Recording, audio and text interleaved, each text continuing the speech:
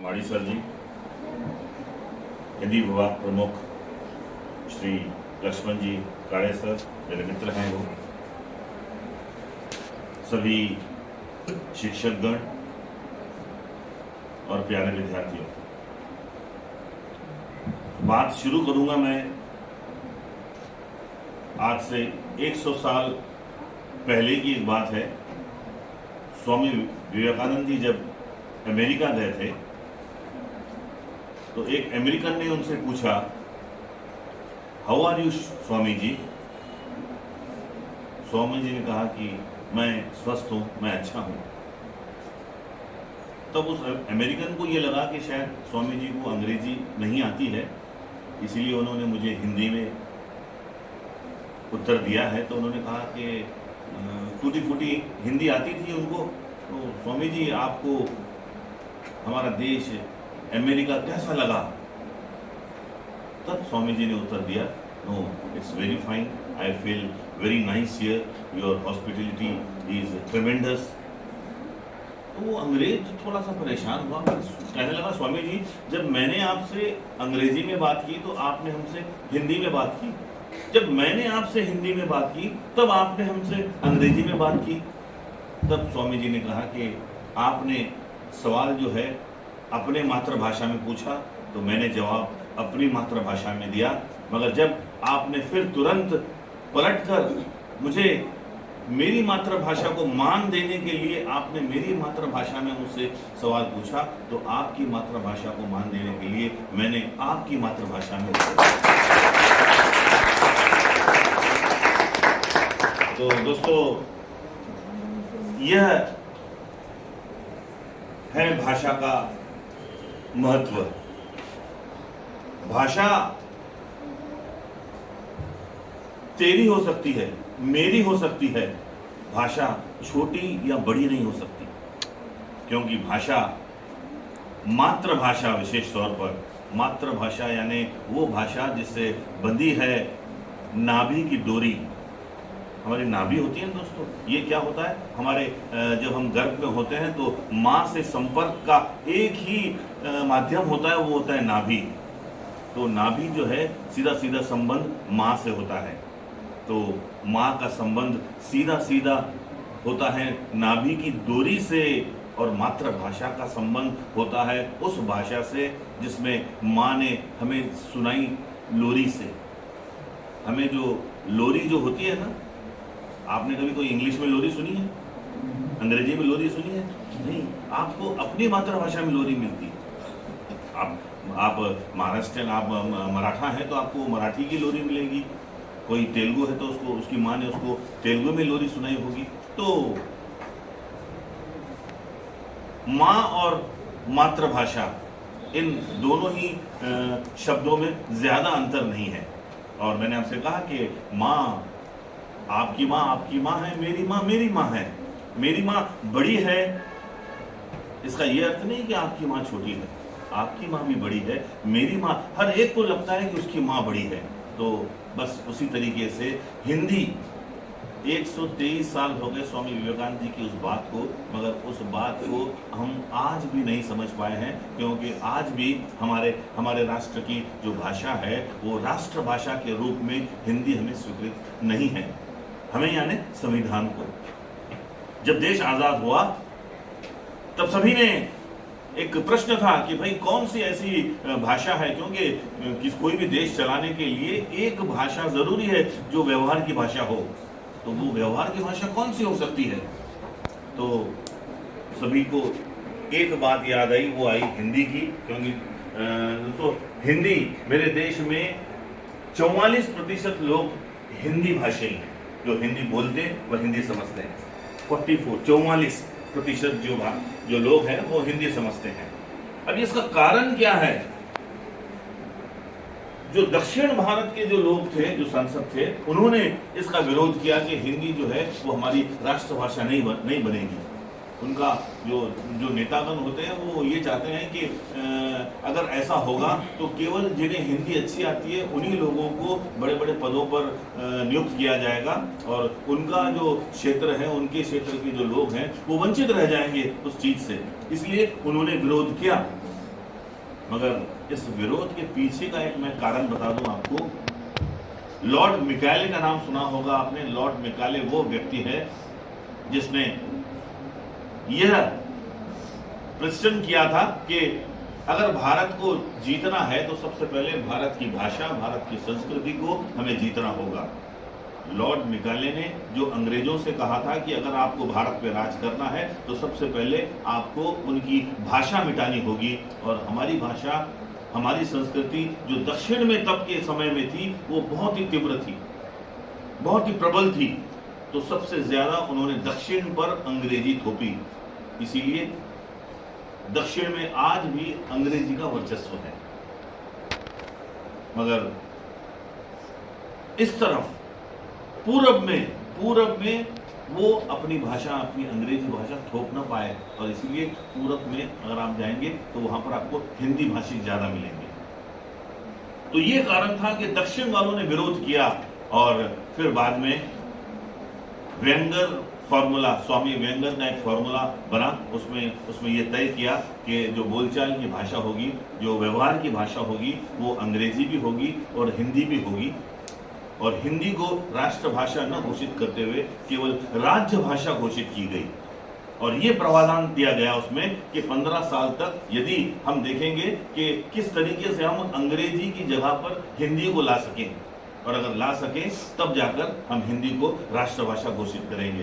तो 15 साल बाद सन 1963 में फिर जब ये बात निकली, फिर से दक्षिण के विद्यार्थियों ने कुछ संप किया, उन्होंने विरोध किया, तब जाकर एक एक्ट पास हुआ जिसमें ये कहा गया कि इंग्लिश भी हमारे व्यवहार की भाषा रहेगी।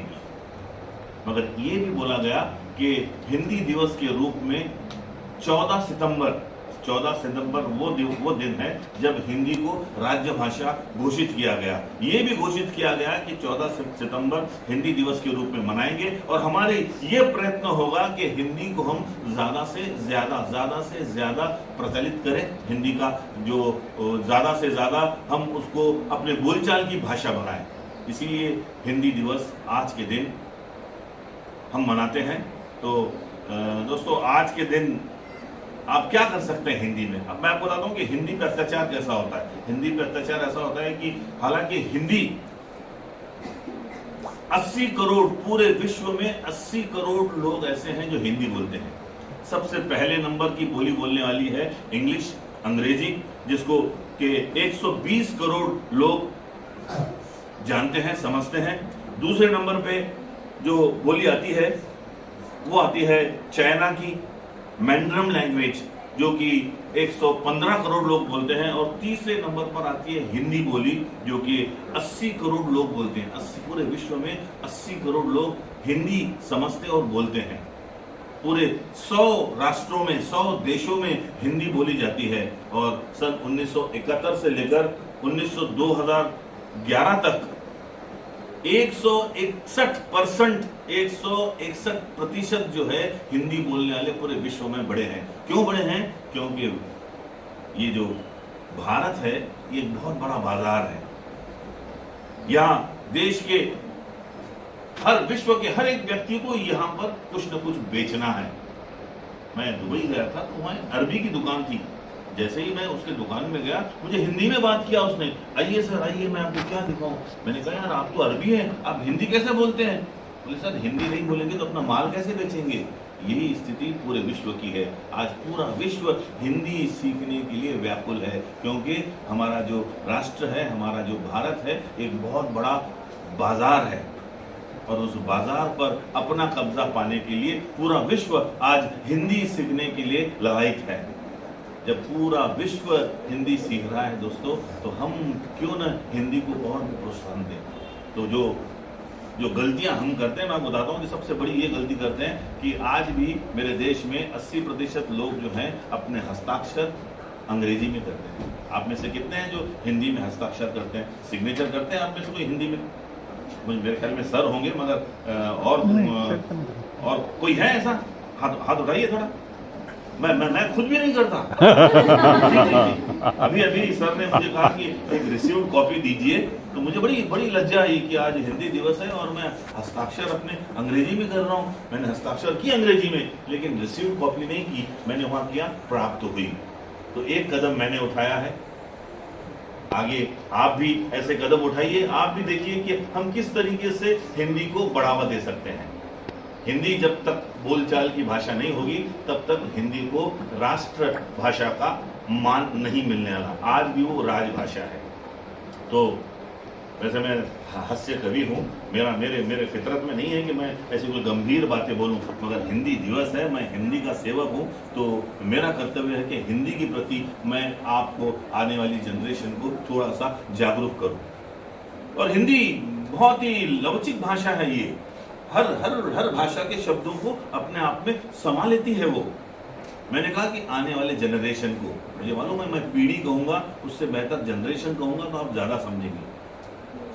तो हिंदी के लिए ऐसे कोई दरवाजे बंद नहीं है। हिंदी का सभी भाषाओं के लिए उसने अपने दरवाजे खोल रखे हैं। आप कोई भी भाषा, क्योंकि हमारे देश में जहाँ पर 2 कोस में पानी बदल जाता है और 4 कोस में पानी बदल जाती है, तो हम ऐसे देश के लोग हैं। तो यहाँ पर हमारी वो भाषा है, वो हमारी हिंदी है जो कि बहुत लवचिक है, बहुत फ्लेक्सिबल है। बिल्कुल आज अगर कोई बिहार में का करत हो और महाराष्ट्र में क्या कर रहे हो और हैदराबाद में क्या कर रहा रहे, इस तरीके से बातें कहें तो सारे के सारे हिंदी है, ये सभी हिंदी है ये। क्योंकि ये हिंदी का स्वभाव है, वो बहुत लवचिक है, फ्लेक्सिबल है। आप किसी तरीके से भी हिंदी में शब्द मिला सकते हैं। मैं ये दावा नहीं करता कि हिंदी यानी शुद्ध हिंदी में ऐसे शब्द कहूँ कि आपको डिक्शनरी खोलनी पड़े, नहीं। आप वो इनको जानते हैं आप, सुरूर को? कांग्रेस के एक बहुत बड़े नेता हैं, शशि थरूर। बहुत अच्छी इंग्लिश ऐसी बताते हैं वो कि लोग डिक्शनरी खोल के देखते हैं। उन्होंने भी आज हिंदी भाषा में संदेश दिया है। हिंदी मातृभाषा को और भी प्रचारित करने के लिए उनका एक संदेश है। तो इतनी अच्छी अंग्रेजी बोलने वाला भी जब हिंदी के पक्ष में आया है, तो हम क्यों नहीं आएंगे? बिल्कुल, आप अगर प्रण कर सकते हैं, यदि आज से आपने केवल एक प्रण कीजिए, आप हस्ताक्षर जो है वो अंग्रेजी में ना करते हुए हिंदी में करें, और बहुत अच्छा लगता है हिंदी में। आप हिंदी के शब्दों को गोल मटोल करके आपका स्वभाव जो है वो मालूम पड़ेगा अगर आप हिंदी में हस्ताक्षर करेंगे। तो मुझे उम्मीद है, अब देखिए मैं कह रहा हूँ मुझे उम्मीद है, उम्मीद ये उर्दू शब्द है, मगर हिंदी ने अपना लिया है उसको, हिंदी ने अपना लिया है। और विडंबना इस बात की है कि जो लोग हिंदी के खाते हैं, अब आप जानते हैं कि ये जितने भी हमारे बॉलीवुड के कलाकार हैं, बड़े बड़े कलाकार हैं, अरबों में कमाते हैं वो, मगर जब उनके चित्रपट के बारे में कोई पूछते हैं, इंटरव्यू लेते हैं, तो इंग्लिश में बताते हैं।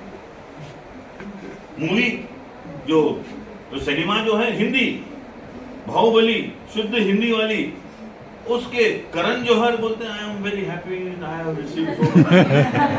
यानी कि यार हिंदी से कमाया। और आप तारीफ, हमारे बड़े बड़े क्रिकेटर्स वो भी देखिए हिंदी बोलते हैं।